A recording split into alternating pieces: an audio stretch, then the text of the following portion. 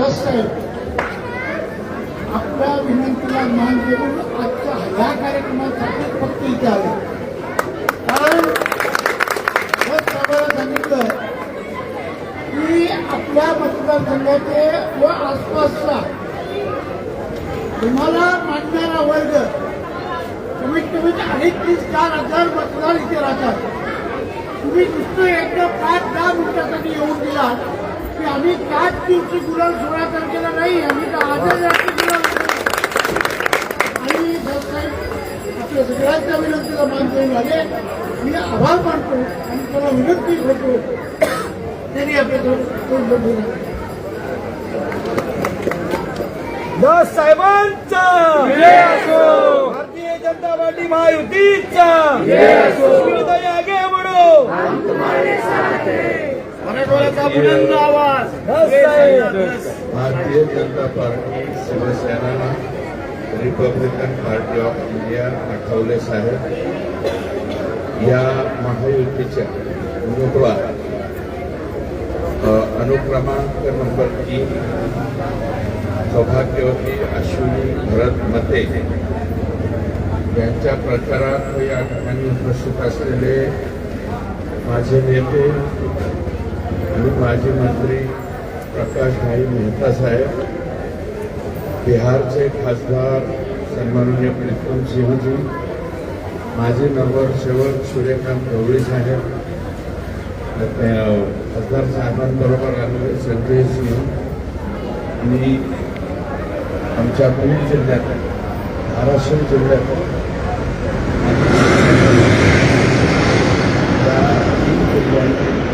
असलेले सर्व. आता मी आल्याच्या नंतर माझ्या लक्षात येते की मी बीड जिल्ह्यात आहे का माझ्या मतदारसंघात. कारण आमच्या चौसाळा परिसर बोरखेडकर म्हणजे आमचेच, त्याच्यानंतर चौसाळ्याचा परिसरही आमचा आणि चौसाळ्याच्या थोडं पुढं पारगावचं पुढं गेलं की धाराशिव त्या ठिकाणी आमच्या शेजारीच त्या ठिकाणी लागतो. आणि माझं जे आष्टी तालुका आहे आणि पाटोदा तालुका, शिरूर तालुका या 3ही तालुक्याच्या लगत अहिल्यानगर जिल्हा, म्हणजे हे 3ही जिल्ह्यातील सगळे आमचे लोक, त्याच्यामध्ये मंगेवाडीचे लोक भेटले, पाचेगावचे आहेत, पाचंगरीचे आहेत, बोरखेड आमच्या पलीकडे, वैताळा अलीकडा पाचंगरी आहे, वैद्यकिनी आहे, डोंगरकिनीचे लोक आहेत आमचे. म्हणजे ह्या माझ्या मतदारसंघातील पाटोदा तालुक्यात आणि शेजारच्या बीड मतदारसंघात आणि तसेच केज मतदारसंघातील बीड तालुक्यातील लेखनूर वगैरे हा जो परिसर आहे तिथले सुद्धा लोक आमचे या परिसरामध्ये राहतात. आदरणीय प्रकाश मेहता साहेब हे तसं पाहिलं तर मला फार सिनियर आहे, माझ्यापेक्षा 2 टर्म ते सिनियर आहे. आता माझी 5वी टर्म चालू आहे, परंतु त्यांच्या 6 टर्म झालेल्या आहेत आणि त्या 6 टर्मपैकी काही दिवस आम्ही त्यांना राज्यमंत्री म्हणून पाहिले. युतीच्याच 95च्या सरकारमध्ये मला शेवटचे 2 वर्ष ते कॅबिनेट मंत्री म्हणून त्यांनी काम केलं आणि त्याच्यानंतर आम्ही 99ला निवडून आलो. हे सलग 15 वर्ष आम्ही विरोधातच आणि नंतर परतही ते 2014च्या नंतर माननीय मंत्री म्हणूनच त्यांनी आणि विशेषतः त्यांचा इंटरेस्ट हा गृहनिर्माण खात्याची जास्त राहायचा.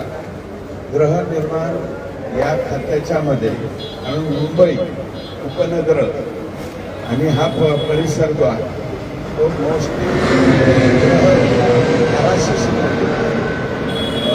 कारण मुंबईमध्ये आलेल्या गरीब माणसाचं स्वप्न हे किमान आपलं घर जे आहे ते चांगलं असावं, पक्का असावं, त्याच्यामध्ये माझी कच्ची बच्ची ही निवांतपणे संध्याकाळी निद्रिस्त व्हावी आणि दुसऱ्या दिवशी उठून सकाळी आपण आपल्या कामाला लागावं ही सर्वसामान्य माणसाची मानसिकता आहे. परंतु तुम्ही पहा 2014 पर्यंत साधारणतः सामान्य माणसाच्या, गरीब माणसाच्या घराकडं किंवा घराच्या प्रश्नाकडे फारसं काही कोणी लक्ष दिलेलं नव्हतं. परंतु 2014ला ज्यावेळेस देशामध्ये आदरणीय मोदी साहेबांचं सरकार आलं, नरेंद्र भाई मोदी या देशाचे पंतप्रधान झाल्याच्या नंतर प्रधानमंत्री आवास योजना नावाची योजना त्यांनी आणली. भले शहरामध्ये 2.5 लाख रुपये मिळत असतात, आमच्या ग्रामीण भागामध्ये 1.5 लाख रुपये मिळतात.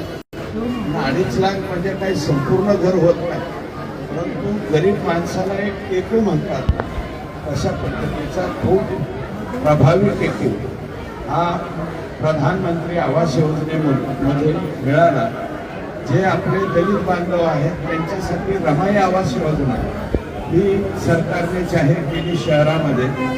त्याच्यामधनं सुद्धा अनेक गोरगरिबांची घरं त्या ठिकाणी उभं राहिले. आणि या राज्यामध्ये माननीय मुख्यमंत्री देवेंद्रजी फडणवीस साहेब यांनी अतिशय चांगल्या पद्धतीने ही योजना आणि गरिबांसाठी घरे, त्याच्यामध्ये कधी असा भेदभाव केला नाही की तुम्ही अमुक आमच्या विरोधातले आहेत म्हणून तुम्ही घराला अर्ज करू नका, तुमचं घर मंजूर होणार नाही, असला कुठलाही भेदभाव केंद्र सरकारने राज्य सरकारने केलेला नाही. त्याच्यामुळं आमचे चाळीतले जे लोक होते, आता पुढची पिढी आमची कुठे जाते तर ती बिल्डिंगमध्ये सुद्धा चालली, म्हाडाच्या बिल्डिंगमध्ये चालली किंवा आणखी कुठं फ्लॅट घ्यायचा म्हणलं तर तिकडेही चालली. परंतु फ्लॅट घेताना सुद्धा या 2.5 लाखाचा मात्र निश्चितपणे त्याला फायदा त्या ठिकाणी होतोय. शहरीकरणामध्ये आणि मुंबईमध्ये विशेषतः गरिबाचं घर तुला कसं होतं त्याचं कायम आयुष्यभर ते स्वतःच राहायचं आणि आमची माणसं कायमस्वरूपी भाड्याच्याच खोलीमध्ये त्या ठिकाणी राहायचे. भाडेकरू सुद्धा मोठ्या प्रमाणावरती त्रास द्यायचे.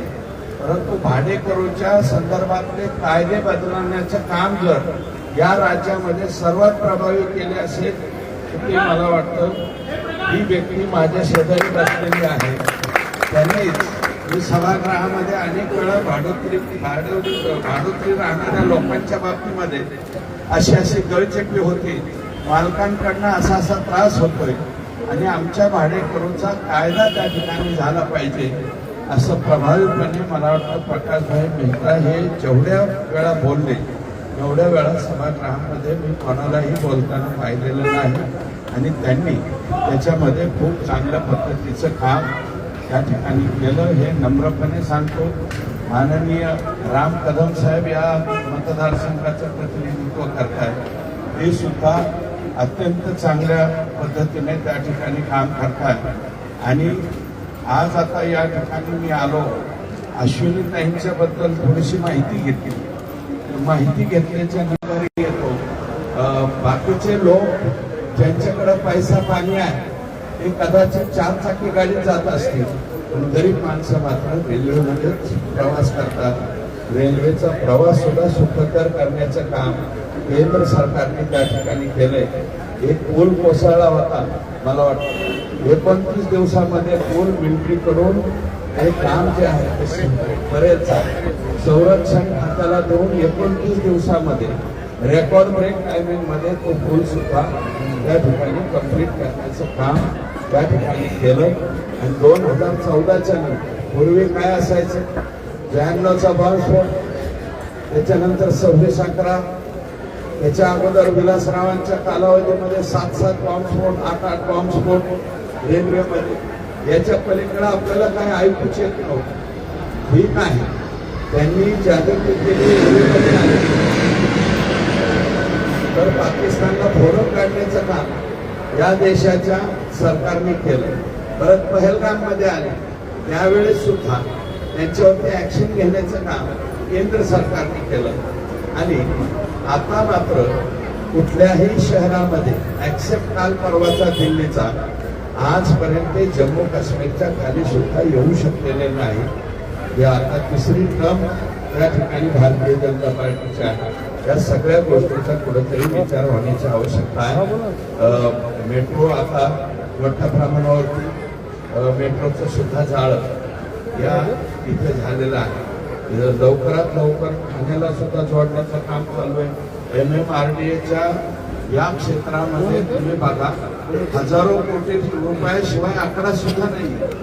एवढे मोठे आकडे या ठिकाणी काम करत आहेत आणि गरिबाचं, सर्वसामान्याचं जीवनमान उंचावण्याचं काम हे सरकार करते.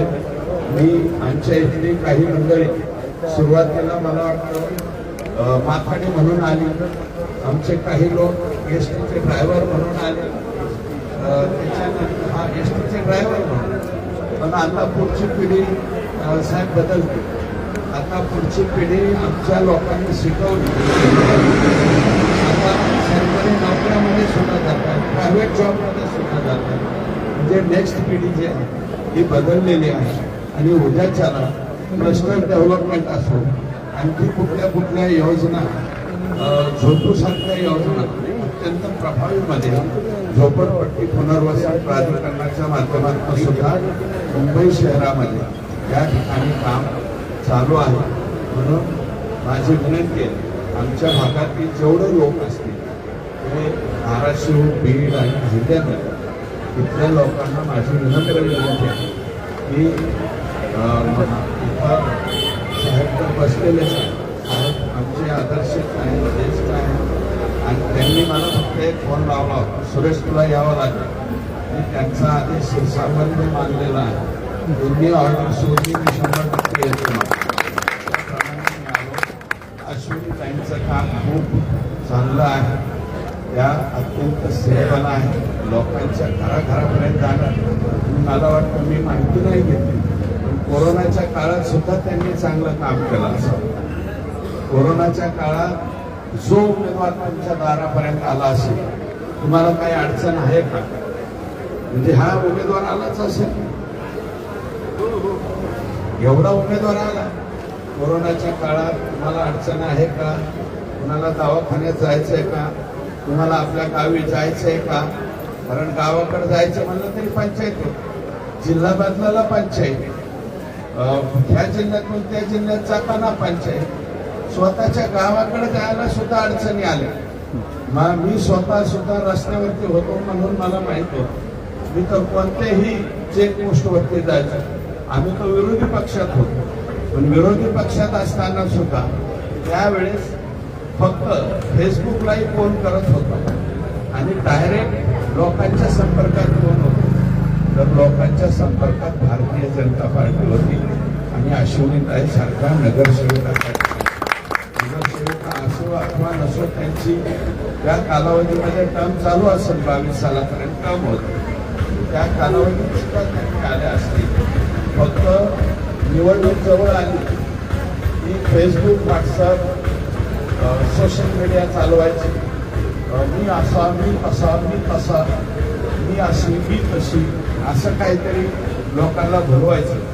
आणि मी आता मुंबई शहराची सिडनी करणार आहे किंवा मुंबई शहराची आणखी बुर्ज खलिफासारखी एखादी मोठी बिल्डिंग बांधणार आहे, शांघाय करणार आहे, असे काही आश्वासनं देणारे लोक मला वाटतं या जगामध्ये कमी नाही. पण ते फक्त निवडणुकीपुरते, निवडणूक संपली की ते शांघाय विसरून जातात, बुर्ज खलिफा विसरून जातात आणि सिडनीत शहर तर लय लांब राहिले, अशी सुद्धा काही आश्वासनं लोक देऊ शकतात. माझं मत असं आहे की अशा आश्वासनांकडे आपण सुजाण आहात, शुद्ध नागरिक आहात, आपण कोणीही लक्ष याच्याकडे देऊ नये. सतत गोरगरिबांचा विचार करणार. शेवटी काय आहे की गरीब माणसाचा कनवळा येणारी माणसं पाहिजेत. फार पैशावाले आणि फक्त अति पैशावाले लोक जर राजकारणात सक्सेस झाले असते, मला वाटतं आपल्यासारखी गोरगरीब माणसं, तुमच्या माझ्यासारखी, ही राजकारणात दिसली सुद्धा नसते.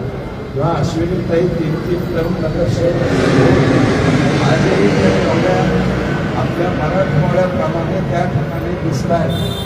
मराठी बाणा त्यांच्यामध्ये दिसतोय असा दिसला नसता. आणि मग फक्त उद्योगपतींची किंवा फार पैशावाल्यांची कोणाची तरी सूट या वार्डात त्या उभा राहिली असेल, दुसऱ्या वार्डात. परंतु लोक पैशा पाण्यावरती याच्यावरती मत देत नाही. हे गोड गैरसमज काही लोकांना, काही जण पैशापर्यंत लोक म्हणतात तुझ्या जवळच राहू, आमच्याकडे येऊ नको, जाऊ नको, काहीच. जेव्हा लोक जे सुख दुःखामध्ये राहतात, मला वाटतं अश्विनी काही प्रत्येकाच्या सुख दुःखामध्ये असेल. कोणाचं काही घडलं कोणताही राजकारणी अजून जो बाजारचा दिवस आहे त्या दिवशीचा बाजार आणणारा अजून जगातला वरून खाली उतरायचा कोणी नाही. परंतु आमच्या सुखामध्ये, आमच्या दुःखामध्ये, आमचं कोणा दुर्दैवानं काही झालं तिथं नगरसेवक हजर असला पाहिजे, त्याच्यात स्त्रिया विधीला हजर असला पाहिजे, त्यांचं वर्षश्राद्ध असेल कोणाचं तिथं हजर असलं पाहिजे. हीच सामान्य गोरगरीब माणसाची मानसिकता असते. याच्यापेक्षा तुम्ही काही देऊ नका. काही अपेक्षा लोकप्रतिनिधीकडून नसते. विकास झाला असेल, कमी झाला असेल, आज नाही झाला तर उद्याच्याला होईल. सगळंच काही विकासावरती अवलंबून नसतं. ही माणुसकी हा धर्म त्यांनी पाळलाच पाहिजे. ही माणुसकी मला वाटतं अश्विनी ताईच्या रूपाने या ठिकाणी मला साहेबांनी मला बोलवलं. परंतु माझा एक स्वभाव, या वार्डातल्या 4-5 ठिकाणी मी चहा वगैरे पिलो, तिथल्या लोकांना विचारलं काय बघा काय वाटतं, तर प्रत्येक माणूस हा त्यांची स्तुती करत होता की हे अश्विनी ताई या चांगल्या, अश्विनी ताई लोकांच्या संपर्कात असतात, अश्विनी ताई आमच्या वेळेस येतात, सतत संपर्क ठेवतात. तगडा दांडगा जनसंपर्क असल्यामुळं त्या निवडून या ठिकाणी येणार आहे. आणि म्हणूनच अशा चांगल्या उमेदवाराची जबाबदारी सुद्धा